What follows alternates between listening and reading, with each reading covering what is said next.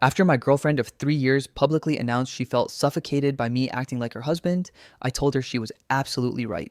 If the person you loved most said this in front of all your friends, how would you react? I'd love to read your thoughts in the comments. I'm Jacob 39. That Thursday evening in Atlanta began perfectly. The crisp October air was cool, but inside the Buckhead restaurant, it was warm and vibrant. Soft golden light gleamed off crystal glasses, and the gentle clatter of silverware and the murmur of conversation created a symphony of sophisticated luxury. I'd booked the best round table for six a prime spot for an intimate dinner for Chloe and her closest friends. For me, this wasn't just a meal, it was a gesture. Everything I did for Chloe was a gesture. Chloe 36 looked magnificent. She wore an emerald silk dress that highlighted her eyes, and her laughter rang across the table, commanding everyone's attention. Her best friend Sophia sat beside her with the others, forming a circle of admiration around Chloe. I sat opposite, feeling a familiar sense of pride. Taking care of her, giving her the best of everything that was my joy. For the past 3 years, it had become my love language. The conversation flowed easily. They talked about work, recent trips, and harmless gossip. I participated politely, but mostly I just listened content to see Chloe happy. Still, there was a subtle distance I couldn't quite place. Her gaze would occasionally pass over me, not with the intimate warmth I expected, but with a strange appraising look, almost an indifference. I brushed it off, attributing it to the stress from her job. The main course had been cleared and the wine glasses were refilled. That's when a friend, perhaps a little emboldened by the wine, raised the inevitable question. "So, Jacob Chloe," she said, her voice laced with meaning. "When are we going to hear wedding bells?" The table quieted, all eyes turning to us. I smiled a response I had practiced for such occasions and glanced at Chloe, expecting her to offer a charming, evasive answer. Instead, she laughed. It wasn't her lovely musical laugh. It was a short, almost contemptuous snort, a sound I rarely heard. "My God," she said, rolling her eyes. "Why does everyone keep asking that we're just dating?" She paused for a beat, letting her words hang in the air. Then with a smirk directed at me, she delivered the final blow. "Jacob needs to stop acting like we're married. Honestly, it's suffocating sometimes." The air seemed to vanish from the room. The silence that fell over us was heavy and awkward. Her friends looked down at their plates and Sophia's cheeks flushed. Then a few of them let out nervous, brittle laughs, a weak attempt to break the tension. But the damage was done. I felt the blood drain from my face, but I forced my facial muscles to hold my smile. Every eye at the table was on me, waiting for a reaction, a protest, a clumsy joke, anything. But I gave them nothing. I just quietly took a sip of my $22 cocktail, which I knew I would be paying for, and let the cold truth of her words settle in. Suffocating. 3 years of devotion, 3 years of covering her rent when she was between jobs, 3 years of car payments, 3 years of planning a future I thought was ours. All of it was reduced to a single insulting word. She hadn't just said it to me, she had performed it for her audience. She had turned my love into a burden and my commitment into a joke. In that moment, something inside me changed. It wasn't a loud, shattering break, but a quiet click, like the final piece of glass falling into place to complete a mosaic. A mosaic of disrespect, of one-sided affection, of a future I suddenly realized was a complete illusion. And I knew what I had to do. The dinner continued awkwardly. When the server brought the check and placed it discreetly on the table, I did what I always did. I reached for it. Chloe's eyes met mine, a flicker of smugness in them. She had won, she thought. I looked at the number at the bottom of the fine paper. $450. I pulled out my phone, a casual gesture, but instead of opening my banking app, I opened the calculator. I typed in 450 divided by 5, excluding myself. The screen showed a clear number, 90. I looked up, that same calm smile fixed on my face, and addressed the table, my voice even and clear. "All right, everyone," I said, "so that comes to $90 each." The silence this time was even heavier. It was deafening. Chloe stared at me, her eyes wide with disbelief, a flush of red creeping up from her neck. She opened her mouth, then closed it clearly, at a loss for words. Her friends were frozen hands hovering over their wine glasses, looking back and forth between her and me as if watching an unpredictable tennis match. I said nothing more. I just sat there, phone still in my hand, and waited. And in that silence, I felt a strange, cold sense of peace. The game had changed. She had set the rules. Tonight, for the first time, I was simply following them. The 40-minute drive from Buckhead back to her apartment had never been so silent. Inside my car, the scent of expensive leather and polished wood usually felt like a comforting embrace, but tonight it was a vacuum, amplifying the tension between us. Chloe sat rigid in the passenger seat, staring out the window at the blurred city lights of Atlanta. She didn't speak, but her anger was a palpable force radiating in sharp, resentful waves. A few times, she let out an exaggerated sigh, a classic tactic designed to elicit a question from me, an apology, anything. I ignored it. I just kept my eyes on the road, my hand steady on the wheel, my mind a sea of calm clarity. When I pulled up to her building, I put the car in park and waited. The silence stretched. Finally, she turned to me, her voice clipped. Well, aren't you going to say anything? About what? I asked, my tone genuinely neutral. About your little performance back there, Jacob making my friends pay. You embarrassed me. I was respecting your boundaries, I replied, turning to look at her for the first time. The streetlights cast long shadows across her face, highlighting the disbelief in her eyes. You made it very clear that we are just dating, and my behavior was suffocating. Paying for your entire social circle felt like a very husband-like thing to do. I was simply adjusting my actions to match your words. She scoffed, a sound full of indignation. You're being petty. I'm being precise, I corrected her. Have a good night, Chloe. She stared at me for another moment, clearly expecting me to crack, to apologize, to revert back to the man I had been just hours earlier. When I didn't, she let out a frustrated groan, grabbed her purse, and slammed the car door behind her. I watched her stomp into the lobby without looking back, and then I drove away feeling not a shred of regret. I felt lighter. The next morning, Friday, my phone buzzed with a text from her. I let it sit for a while, enjoying the peace in my apartment with a cup of coffee. When I finally opened it, the message was exactly what I expected. Hey, what time are you picking me up for my cousin's wedding tomorrow? It was a statement, not a question, an assumption of service. I typed my reply slowly and deliberately. I'm not. Her response came back instantly, followed by, you can't be serious. I already RSVP'd for you. I told them you were coming. I took another sip of coffee before writing back. That was when I thought we were building something serious, but we're just dating, remember. Driving an hour and a half each way to be your plus one at a family wedding feels pretty marriage-like. I'm sure you understand. You can drive yourself or get an Uber. My phone immediately began to ring. Her name flashed on the screen. I silenced it and set it face down on the counter. It rang again. And again. Over the next hour, 15 missed calls stacked up in my notifications. I didn't answer a single one. Instead, I picked up my laptop, navigated to a popular dating app I hadn't touched in years, and began updating my profile. For the first time, I felt no guilt. Under what I'm looking for, I typed a serious relationship with an equal partner. Saturday was beautiful. The Georgia sky was a brilliant cloudless blue. While Chloe was presumably navigating interstate traffic to her cousin's wedding, I was on the lush green fairways of a golf course with my best friend Liam. The air was clean, the conversation was easy, and the familiar rhythm of the game was a welcome balm. We weren't talking about Chloe. We were talking about sports investments, life. It felt normal. It felt right. At the 19th hole, a celebratory beer in hand, I took a picture of our scorecard next to our drinks with the sun-drenched course in the background. I posted it to my Instagram story without a second thought. Within minutes, the little icon indicated Chloe had viewed it. My phone buzzed almost immediately with a new text message. Having fun without me? The question was dripping with passive aggression. She expected me to feel guilty to explain myself. I smiled as I typed my response, the final brick in the foundation of our new reality. Yep, you were right. This casual thing is liberating. Monday arrived with the cool, efficient hum of a city getting back to business. My office, located on the 27th floor overlooking Midtown Atlanta, was my sanctuary. It was a space of order and logic where clean lines, minimalist furniture, and the quiet whir of my computer created an environment where problems were identified, analyzed, and solved. After the emotional chaos of the weekend, I welcomed the structure. I spent the morning in deep focus dissecting market trend reports and strategizing for the next quarter. For the first time in a long time, my mind was entirely my own, unburdened by the need to anticipate Chloe's moods or manage her manufactured dramas. The liberation I had texted her about was proving to be more real than I could have imagined. My phone sitting silently on my desk buzzed just after lunch. It was her. I let it ring once, twice, then picked up, keeping my voice level and professional as if answering a call from a vendor. Hello, Jacob speaking. Jacob. Her voice was completely different from the clipped angry tone of Thursday night or the passive-aggressive text of the weekend. This was a new voice, one I hadn't heard in a while, but recognized instantly the voice of sheer panic. It was thin, trembling, and tight with unshed tears. Something terrible has happened. I leaned back in my chair, swiveling slightly to look out at the sprawling city below. Are you okay? Was there an accident? No, no, it's my car. She choked out a sob catching in her throat.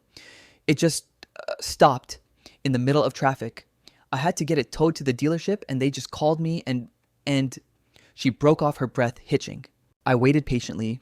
In the past, this would have been my cue to jump in to soothe her, to promise I would handle everything. Don't worry, honey, I'll call them. Just tell me where it is. I'll take care of the bill. The words were a ghost on my tongue, a reflex from a life I no longer lived. And what was the diagnosis? I asked, my tone calm. The transmission. She wailed the word, sounding like a death sentence. They said the transmission is completely shot. They have to replace the whole thing. Jacob, they said it's going to cost $3,200. There it was. The number delivered with the full weight of her expectation. She let it hang in the air between us, a heavy anchor she expected me to lift without question. I remained silent, letting her feel the full weight of it herself for the first time. Did you hear me? She pressed her voice, edged with disbelief at my lack of an immediate solution. $3,200. I don't have that kind of money. You know I don't. My rent is due next week. I can't do this. The tears came freely, now wet and desperate sounds over the phone. Please, Jacob. I need your help. You know I need you. I took a slow, deliberate breath. That does sound like a very difficult situation, Chloe. So you'll help, she asked, a sliver of her old entitlement cutting through the panic. No, I said simply. The sobbing stopped, instantly replaced by a stunned, sharp intake of breath.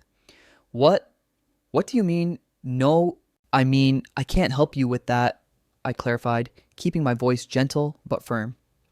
I reserve that level of financial assistance for someone with whom I am building a future.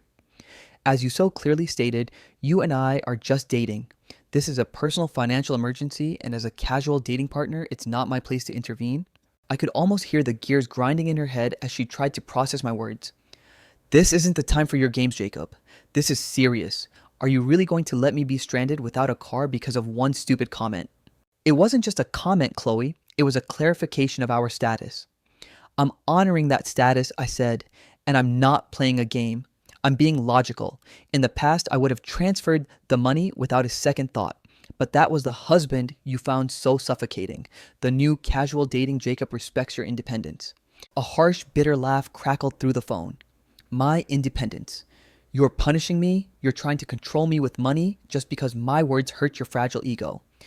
There's no punishment involved, I said calmly. It's a simple recalibration of investment. You made it clear you weren't invested in a future with me, so I'm matching your energy. I'm no longer investing in your present. Investment. She shrieked, her voice rising in hysteria. You take me out to a few nice dinners. You don't have any idea what it costs to be me. To say you spent thousands on me is insane. And there it was. The opening I had been waiting for, though I hadn't realized it until she gave it to me. The denial. The complete dismissal of 3 years of my unwavering support. Is that so? I said, my voice dropping to a quiet, almost clinical tone.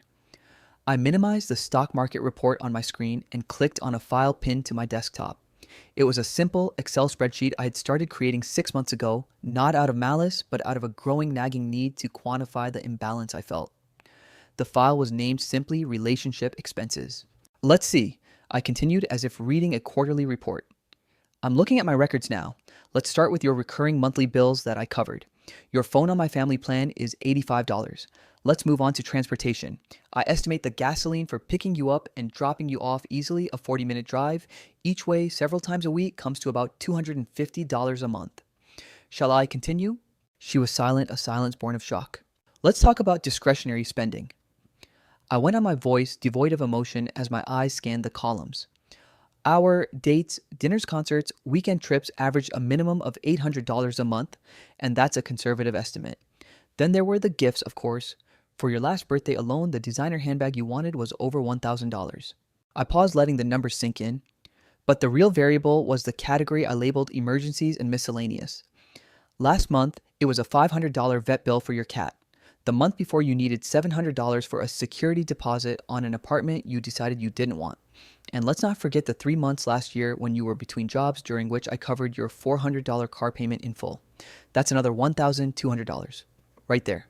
I leaned forward, my fingers resting on the keyboard.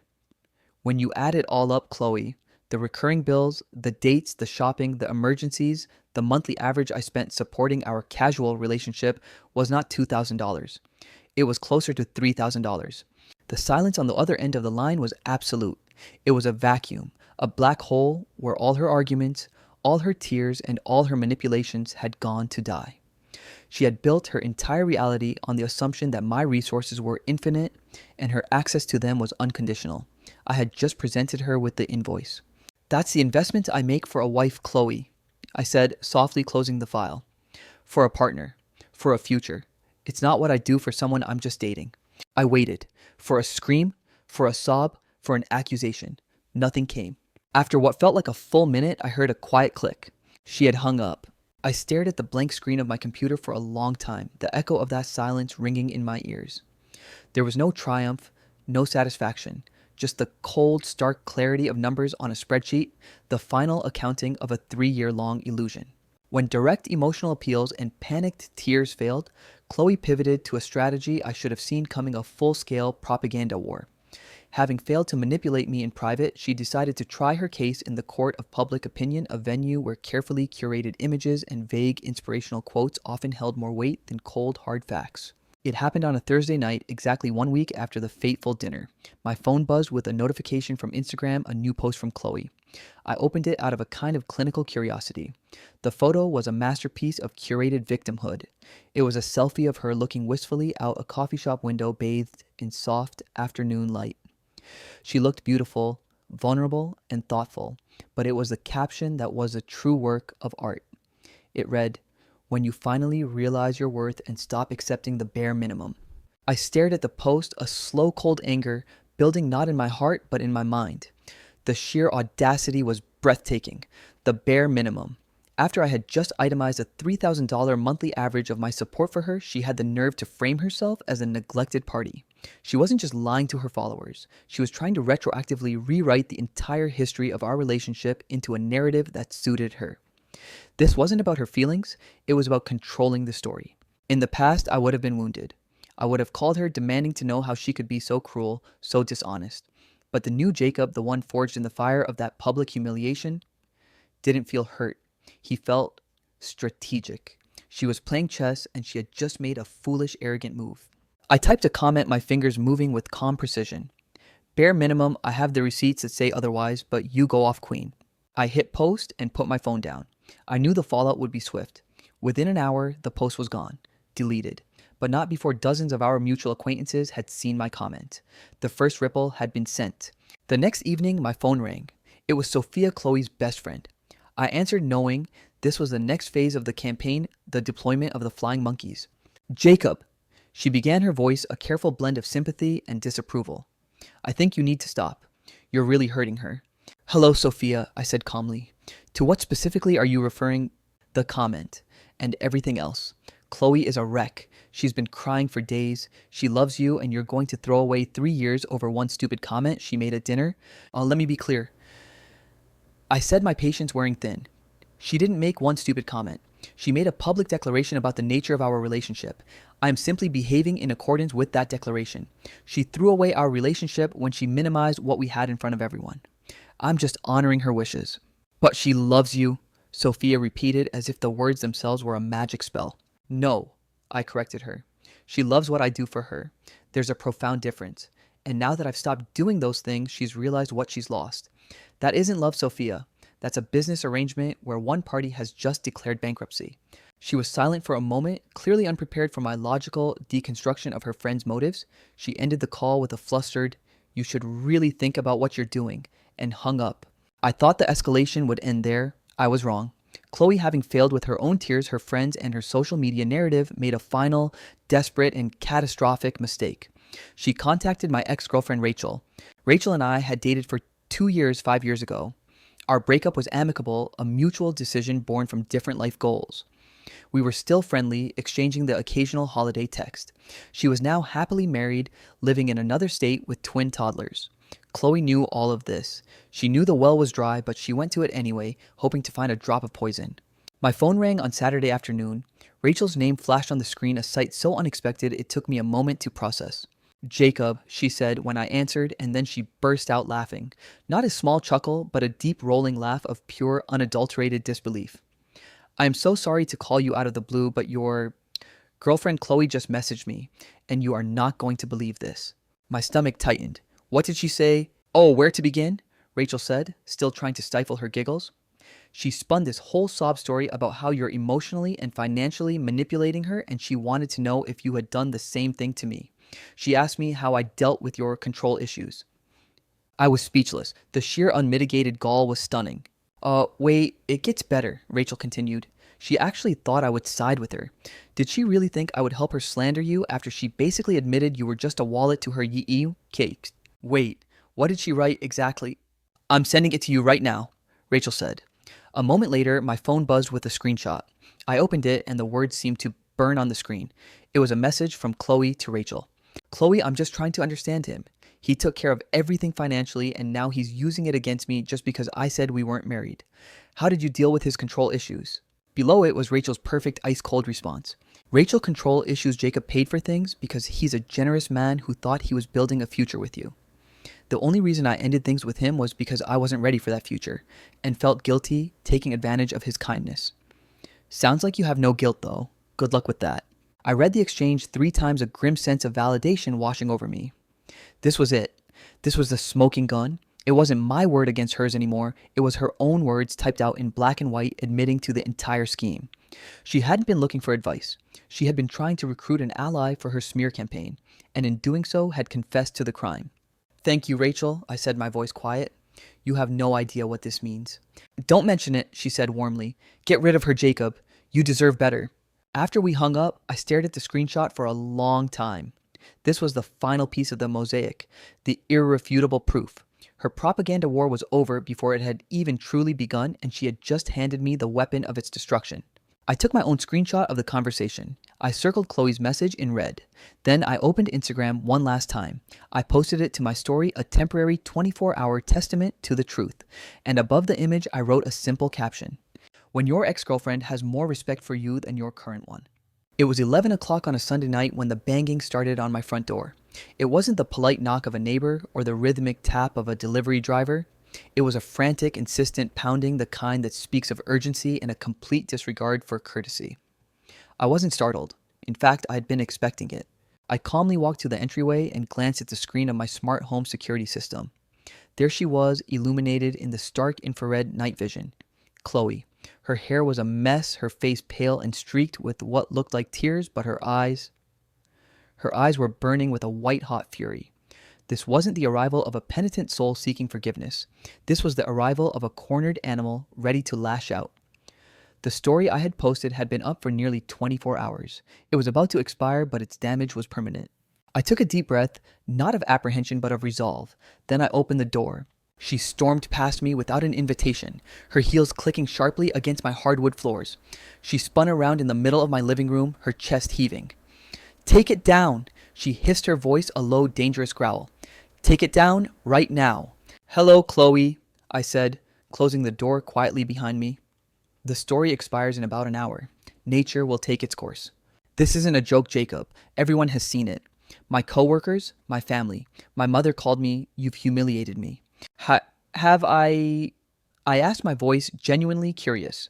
I walked past her and stood by the large window overlooking the glittering lights of the Atlanta skyline. Or have I simply shown people the truth? The words in that screenshot were yours, were they not? The only thing I did was provide a platform for them. Her anger seemed to deflate, replaced by a wave of raw desperation. The furious facade crumbled, and for a moment I saw the panicked woman from the phone call about the car. Please, she whispered, her voice cracking. I was desperate. I wasn't thinking. I was just hurt, and I lashed out. You were trying to recruit an ally in a smear campaign against me. I corrected her gently. There's a difference. She took a step closer, her expression shifting again. This was the move I hadn't anticipated, the final weapon in her arsenal when all others had failed. She composed her features into a mask of heartbreaking sincerity, and tears began to well in her eyes. It's because I love you, she said, her voice thick with emotion. I do. I love you, Jacob. All of this. This is just because I was scared. Scared of how much I love you, scared of the pressure. But I was wrong. I see that now. 3 weeks ago, those words would have shattered my defenses. I would have folded, pulled her into my arms, and whispered that everything was going to be okay. But I was no longer that man. I looked at her, at this beautiful woman crying in my living room, and I felt nothing, not a flicker of my old affection. Her words were hollow, just another tool she was using, another key she was trying in a lock that had already been changed. No, you don't. I said, my voice quiet but firm. You don't love me. You love my lifestyle. You love the security, the dinners, the gifts. You love that when your car breaks down, you have a solution. You love that I provide a foundation upon which you can build your life without having to worry about the cost. That isn't love, Chloe. That's a service. And the service has been discontinued. That's not true, she sobbed, taking another step toward me. Okay, I said, turning to face her fully. Prove it. She stopped, confused. What? Prove it, I repeated. You say you love me, Jacob the man, and not the lifestyle. Here's your chance to prove it. I'm offering you an ultimatum. Let's keep dating, but we do it on new terms. For the next 6 months, there will be no financial support. None. We split every bill 50-50. You pay your own rent, your own phone bill, your own car repairs. You drive yourself to our dates. You handle your own problems. We will date based solely on the pleasure of each other's company. We can have picnics in the park, cook dinner at home, go for walks, things people do when they actually enjoy being together, not just the venue. Do that, Chloe. Do that for 6 months, and then, and only then, will we talk about getting serious again. I watched her face as she processed the offer. I saw it all. The initial flicker of hope quickly extinguished by the cold, hard math of her reality. I saw the gears turning behind her eyes, the calculation of what her life would look like without my support. I saw her weigh the value of my company against the value of my wallet. The silence stretched, and in that silence I had my answer. Her tears dried up, replaced by a familiar look of indignation. That's not fair, she finally stammered. You make 3 times what I make. It was the final, fatal confession. The admission that for her love had always been a negotiation, a transaction that needed to be equitable on a spreadsheet. And I dated you when you were unemployed, I said softly, delivering the final unanswerable blow. 3 times. She had nothing left to say. The last of her weapons had been dismantled. She stared at me for a long moment, her expression a mixture of hatred and a dawning, terrifying understanding of what she had truly lost. She didn't throw anything. She didn't scream. She simply turned around her shoulders, slumped into feet, and walked to the door. She left without another word. I listened as her footsteps retreated down the hall. I didn't watch her go. I just stood there, listening to the quiet click of the door as it closed, sealing the end of a 3-year chapter of my life. The storm had finally passed, and all that remained was silence. Having failed to win me back with anger, tears, or declarations of love, Chloe did the next most predictable thing. She sought a replacement. Her objective was never to rebuild her life on her own terms, but simply to find a new architect and a new set of blueprints. She didn't want independence. She wanted a lateral transfer of her dependency. The updates came as they always did from Liam. About 2 weeks after she had walked out of my house for the last time, he sent me a screenshot from Chloe's Instagram. You seeing this, bro? The text read.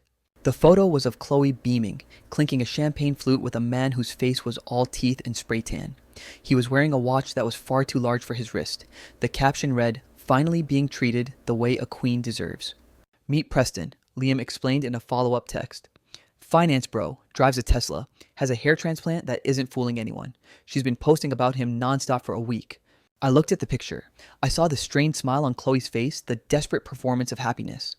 I saw the man whose defining features, according to Liam, were his car and his cosmetic procedures. And I felt absolutely nothing.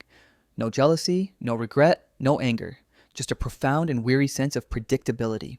You're not bothered, Liam texted clearly, surprised by my lack of reaction. Why would I be? I typed back. She didn't find a new partner. She found a new bank. This is exactly what I expected her to do. Good for her, I guess. Chloe paraded Preston around like a trophy. She brought him to the restaurants we used to frequent. She posted stories of him buying her expensive dinners and designer shoes, always with captions dripping with implication. This is how a real man treats a lady. Each post was a carefully crafted missile aimed directly at me, designed to provoke a reaction. But the missiles all landed harmlessly in a field of my complete and total indifference. I was no longer a participant in her drama. I was merely a distant spectator. What Chloe failed to understand is that men like Preston, men who lead with their wallet and their least luxury car, are often playing a very different game. They aren't looking for a partner to build with.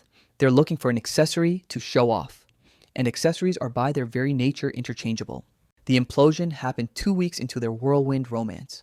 Chloe began posting about a romantic weekend getaway to wine country. There were pictures of vineyards, a luxurious hotel room, and a table set for a private dinner. The entire narrative was one of idyllic, exclusive romance. The problem was Preston forgot to coordinate his own narrative. While Chloe was posting about their wine tasting tour, Preston was posting to his own story from a completely different location, a high stakes poker game in a different city with a completely different woman sitting next to him. Players always tell on themselves. The comments on Chloe's post were brutal and swift. Sis, check his page. Is your man in 2 places at once? This is embarrassing. Delete this. She deleted everything, of course. Her entire digital shrine to her real man vanished in an instant. The silence from her social media was deafening, and in that silence she made her final, most ill-advised move. She had run out of friends to deploy and men to deceive. All that was left was the nuclear option she had her mother call my mother. My mom called me on a Saturday morning. I could hear the strange mixture of amusement and indignation in her voice before she even said a word. Jacob, she said, you are not going to believe the phone call I just had. My mother is a retired high school principal. She raised 4 boys mostly on her own after my father passed away when I was 15. She has a built-in no-nonsense detector for manipulation that has been battle-tested for over 40 years. She does not play games. Let me guess, I said. You heard from Chloe's mom. Oh, I heard from her, my mom confirmed. She called with this whole tragic story about how you were breaking her poor baby's heart. Said you abandoned Chloe in her time of need and were ruining her financially, all because of some silly argument. My mom recounted how she had listened patiently, letting the woman empty her entire arsenal of excuses and accusations. When she was finally done, my mother responded. Her voice, as she described it to me, was calm and clear as a bell. Diane. My mom had said, using the woman's first name. Your daughter is 36 years old. If she cannot support herself without my son's money, that is your failure as a parent, not his as a boyfriend. My mom told me there was a stunned silence on the other end of the line. She continued, my son's father died when he was 15 years old, and he still managed to put himself through college and build a successful career. What exactly is Monica's excuse? Diane had apparently sputtered something about different circumstances and how I had set a certain standard. Yes, he did set a standard, my mom had agreed. A standard of love and support for a woman he thought he had a future with. In return, your daughter publicly humiliated him. She told a room full of people that his commitment was suffocating her. And now she wants him back because the bank account has closed. I raised my boys to be generous, Diane, but I also raised them better than to be fools. This conversation is over. She had hung up. I was speechless, filled with an immense sense of pride and love for my mother. She had seen the situation with perfect, unwavering clarity and had defended my honor in a way I never could have myself. That girl's mother is as entitled as she is. My mom said to me, now her voice full of conviction. The apple didn't fall far from the tree. You dodged a bullet, baby. A cannonball more like it. Don't you dare take her back. Wasn't planning on it, Ma, I said, a real genuine smile spreading across my face for the first time in weeks. I wasn't planning on it. When every avenue of manipulation had been exhausted, anger, tears, propaganda, romantic replacement, and familial intervention, all that remained for Chloe was the absurd. Having fallen from the pedestal she believed was her birthright, she seemed to be flailing in a void, grabbing at anything that might slow her descent. Her next moves were not strategic. They were the chaotic, nonsensical actions of someone who had completely lost the plot. It began as most of her recent life had online. Liam sent me a link one afternoon with no comment other than a single wide-eyed emoji. The link led to a GoFundMe page. The title was, Help Chloe Get Back on the Road. The photo was a blurry, poorly lit picture of her car's front tire. The accompanying text was a long, rambling narrative that painted her as the ultimate victim of a cruel, uncaring world. She wrote of a sudden, unexpected financial hardship and a devastating mechanical failure that had left her stranded and unable to get to work. She mentioned nothing of me, of course, framing the situation as a random bolt of lightning from a clear blue sky. The fundraising goal was set at $3,500, $300 more than the actual repair quote. I suppose she factored in a little extra for emotional distress. I watched the page for a week, not out of malice, but with a kind of morbid fascination, the way one might watch a car crash in slow motion. The donations trickled in. An old aunt contributed $50. Her friend Sophia, ever loyal, put in $20. After 7 days, the grand total raised was a pitiful $75. The page was a public monument to her failed social capital. When charity failed, she turned to litigation, or at least her bizarre homemade version of it. An email landed in my inbox a week later. The subject line in all caps read, "Official demand for recompense." I opened it. It was a sprawling 4-page manifesto of delusion. For a moment, I considered deleting it unread, but my curiosity got the better of me. It was a journey into a mind completely detached from reality. Part 1 was an itemized list of what she considered her contributions to our 3-year relationship. It included such entries as cooking dinner approximately 67 times, attending his company Christmas party once, and providing consistent emotional support, unquantifiable. Part 2 was a bizarre calculation in which she attempted to assign a monetary value to this emotional labor. Citing no sources, she had decided her support was worth a fee of $500 per month, and she was generously only billing me for the final year. Total owed $6,000. Part 3 was a proposed payment plan for me to help with her car repairs as a good faith gesture, to begin paying down the emotional debt she had just invented. But it was Part 4 that truly took my breath away. In a stunning feat of psychological gymnastics, she claimed that this entire ordeal, her public humiliation of me, my subsequent withdrawal of support, her failed rebound, all of it had been a subconscious test of my love for her. It was a test she wrote to see if I would love her unconditionally, even when she was difficult. By refusing to pay for her car and by exposing her lies, I had, in her words, failed the test catastrophically. I read the entire 4-page document, my expression unchanging. It wasn't enraging. It wasn't even sad. It was just empty. The desperate scrawling of a ghost haunting a life it could no longer have. I hit reply, typed a single 3-word sentence, and pressed send. New phone who I had assumed that would be the end of it. It was the most definitive, dismissive shutdown I could imagine. But I had underestimated the depths of her desperation. The final act took place the following afternoon. I was in a meeting in a glass-walled conference room when my desk phone buzzed. It was the receptionist from the main lobby downstairs. "Mr. Richardson," she said, her voice hesitant. "There's a Ms. Chloe Sterling here to see you. She doesn't have an appointment, but she's rather insistent." A wave of profound weariness washed over me. This was the last boundary. My home had been one thing, but my office, my professional life, this was a line that could not be crossed. Her presence here wasn't about love or reconciliation. It was a final desperate attempt to create a scene, to force a confrontation, to drag me down into her chaos in the one place I was most vulnerable to it. My colleagues in the meeting were looking at me, noticing the change in my expression. I held up a hand to pause the discussion and spoke into the phone, my voice low and calm. "Please inform Ms. Sterling that I am unavailable and that she needs to leave the premises." "I have, sir," the receptionist replied, her voice strained. "She's refusing to leave. She says she'll wait all day." I closed my eyes. It was over. All of it. The anger, the hurt, the pity, it was all gone, replaced by a simple, quiet need for peace. This was no longer a relationship drama. This was harassment. "Thank you," I said into the phone. "I'll handle it." I didn't go down to the lobby. I didn't give her the satisfaction of a final public scene. I simply ended my meeting, walked back to my office, and made a call to the head of building security. I explained the situation calmly and concisely. An ex-girlfriend, a difficult breakup, and a pattern of escalating unwanted contact. I formally requested that she be trespassed from the property. 10 minutes later, security called me back. She was gone. They had escorted her out.